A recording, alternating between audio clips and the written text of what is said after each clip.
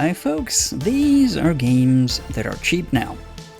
If all you're looking for is my selection for the week, you can scroll down to the video description below and find a complete list of the games selected and the respective storefront link where to get them, either for cheap or for nothing at all.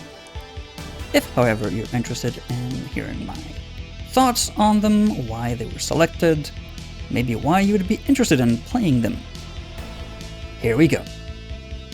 First off the starting blocks, of course it is 80 days, because Phileas Fogg was in a rush to get around the world in under 80 days. And the international timeline saved his arse, and of course his trusted aides Passepartout's arse. They will be traveling across the world. This is a game in which you will be making decisions on where to go from city to city, what to do in each city. There's objects to buy, there's local quarrels and problems maybe to get entangled in and find unexpected boons or perils. And travel around the world in all sorts of different routes, some more obvious than others, all with their specific and very interesting storylines, and wrapped in a quasi-Italian futurist art style. If you don't know what I mean, well, either Google Italian futurists or purchase and play the game. It's under €2. Second and third on the list, I'll bundle these two together. Two modern, but classic-inspired, point-and-click, pixel art adventures. Thimbleweed Park, closer in relation to the actual game makers of the 90s, point-and-click adventure heyday.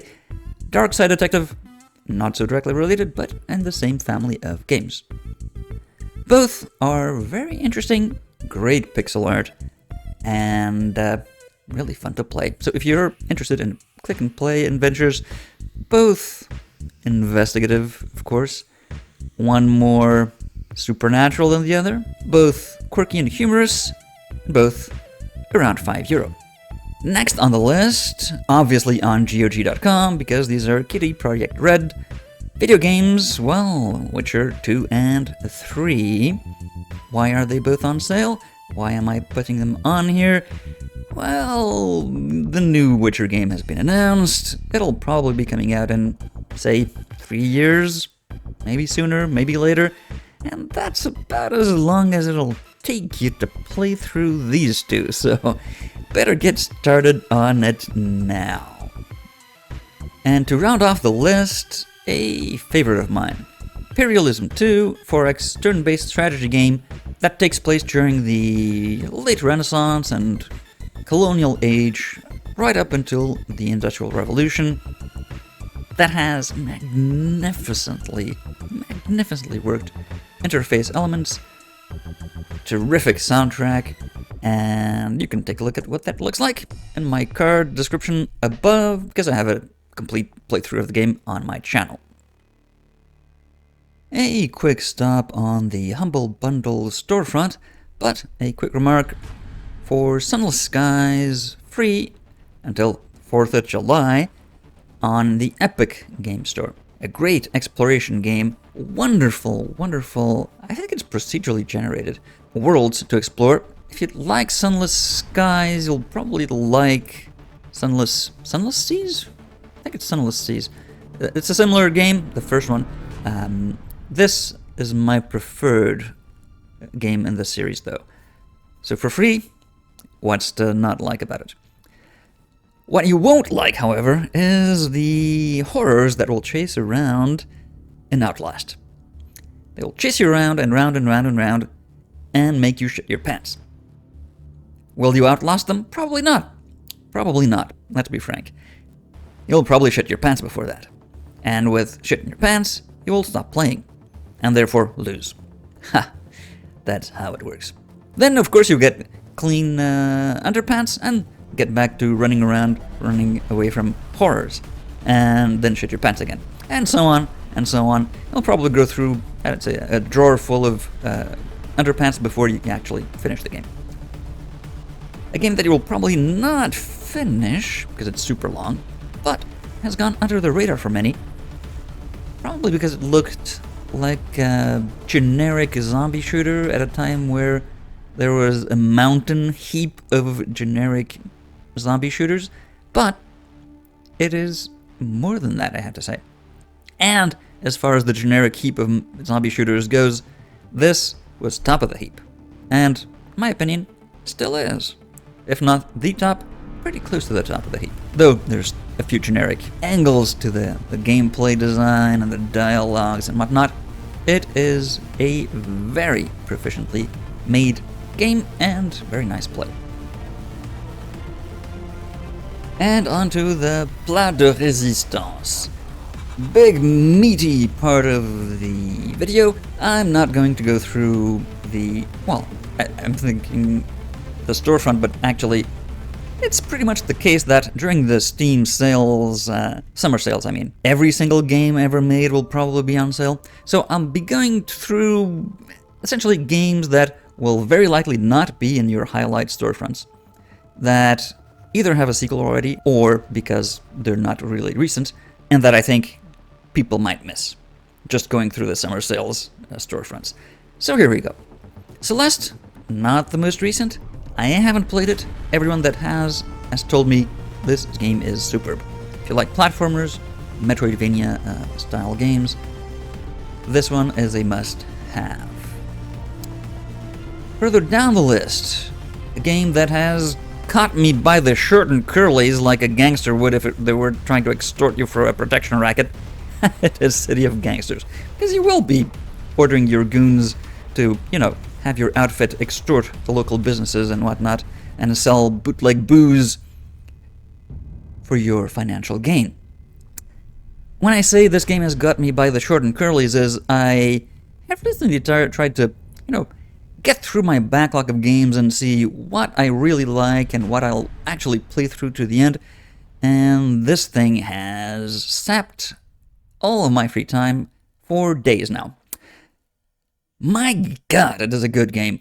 And I don't know if it's just the production, industrial management side of bootleg booze production that gets me. I'm a sucker for managing businesses, even if it's illicit businesses. Especially if it's illicit business, let's be frank.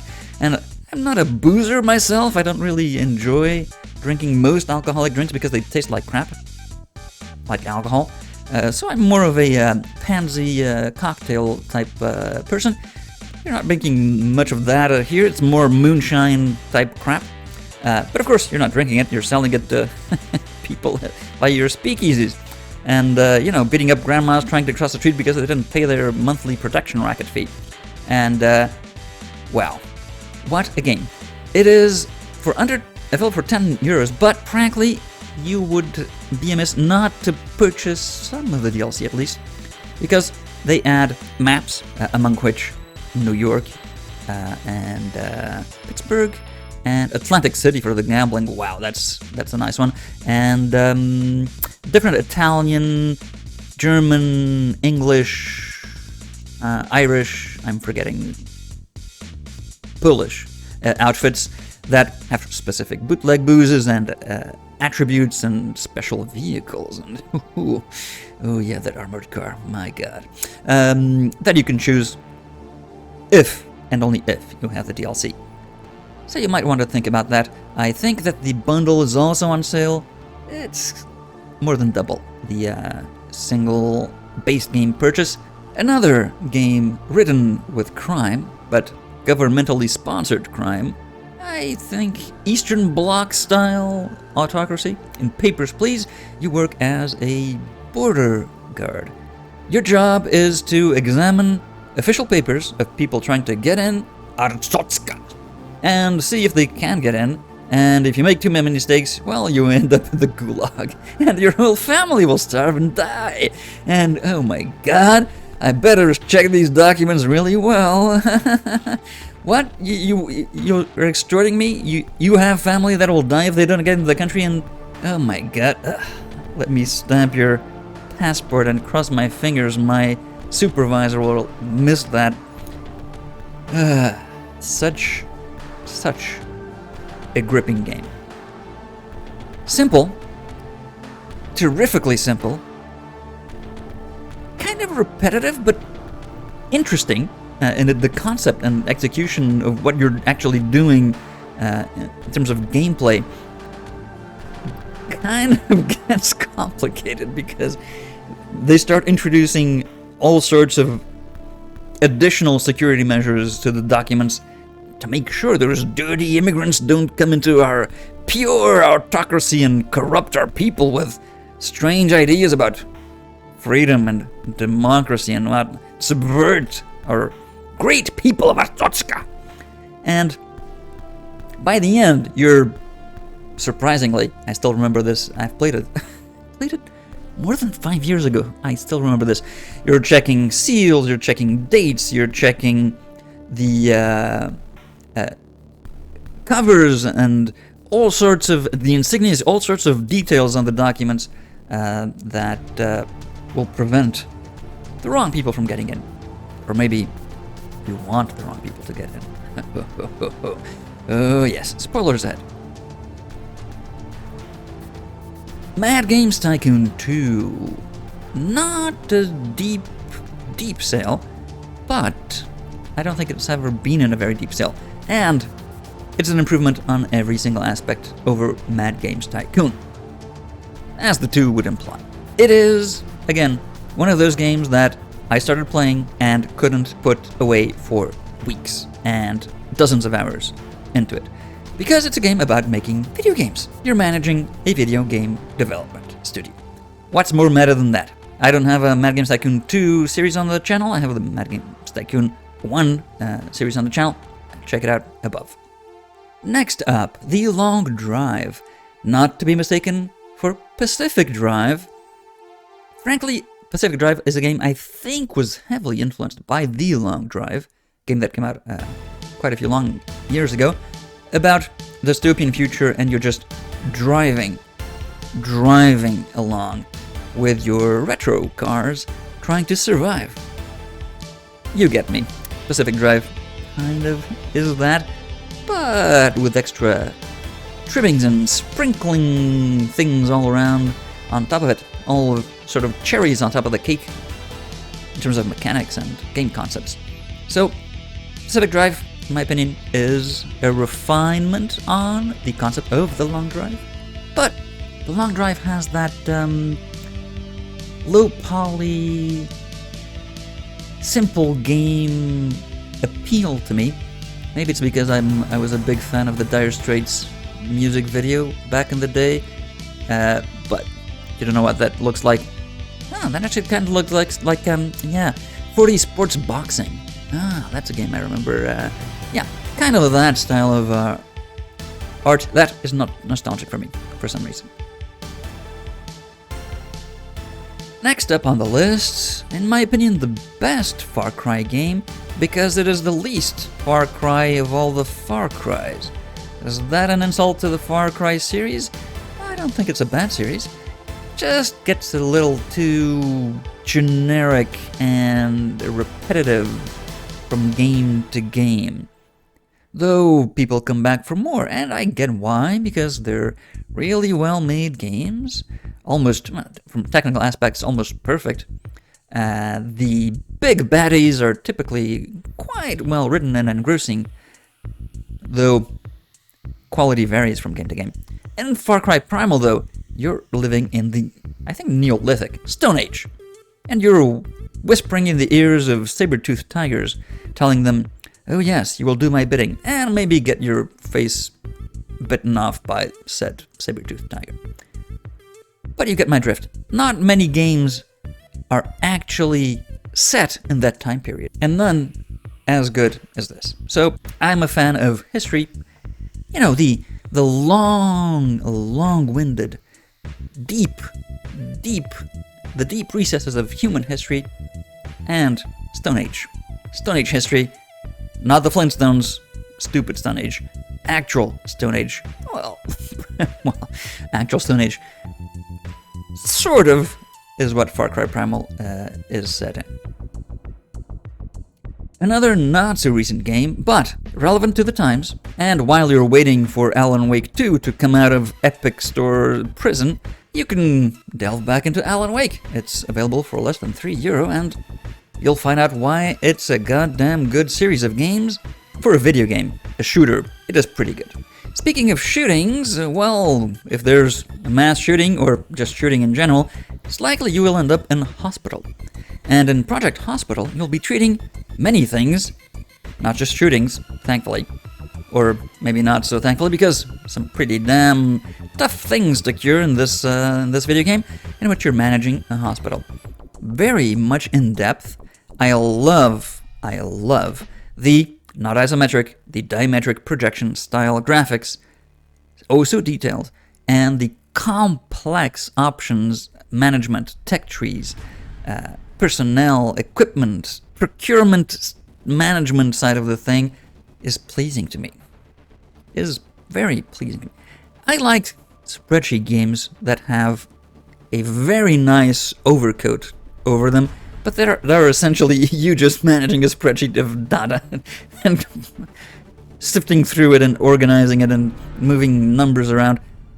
I don't know what it is about the satisfaction of having a well-organized workflow or a well-organized material distribution and procurement setup. I love them. I love them. And so will you in Project Hospital. If you survive it, that is, because if you're a terrible manager, people will die. Come on. You need to manage that spreadsheet. And if you let all those people die, what will happen? Well, a dystopian future that came from the advent of sentient AI in the form of Skynet. Yes, Terminator Resistance, an FPS. Pretty darn good FPS. In my opinion, the best FPS in the Terminator universe. Not very old, so you will not be jabbed in the eyes with pointy pixels and not so well managed anti-aliasing, and for just under €12. Terminator Resistance. And you'll have those purple lasers, man! Purple lasers in the future shot by shiny metal skeletons with red eyes. What's more to ask for an FPS, really? Another game that is set in hellscapes, but actual, well, mythological hells. Hades, again. You'll probably find Hades 2 in the storefront highlights, because there's a sequel that is out that is just as good as not better than the original. But if you're going to play the second, you might as well play the first, because they're damn spectacular action games. You're going through dungeons, killing stuff, mythological creatures, and gods, and demigods. Gods? Demigods. Maybe I need to replay it. Oh, god damn it. Another 60 hours gone down the drain. Or down to hell.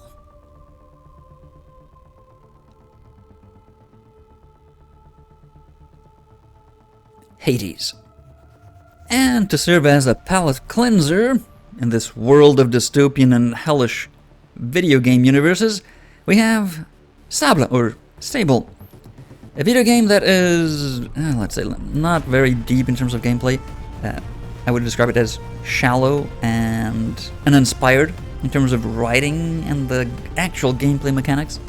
But there is one thing that this game has got going for it.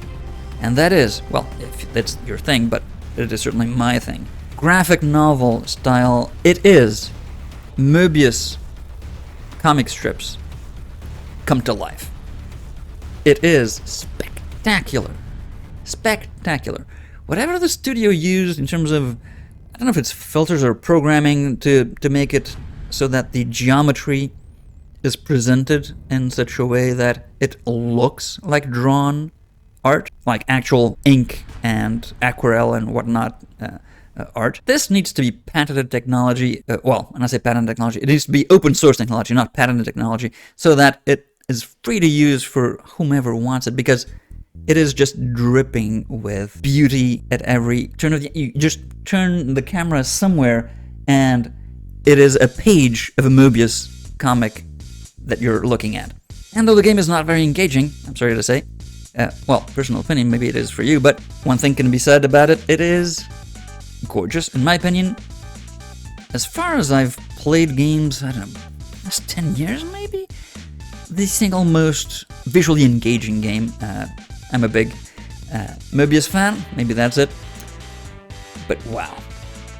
Under €10, so even cheaper than an actual Möbius graphic novel. Sable. And those are the games that are either very cheap and not on the Steam summer sale storefront, very likely, that I found and thought you might be interested in this week. Till next time.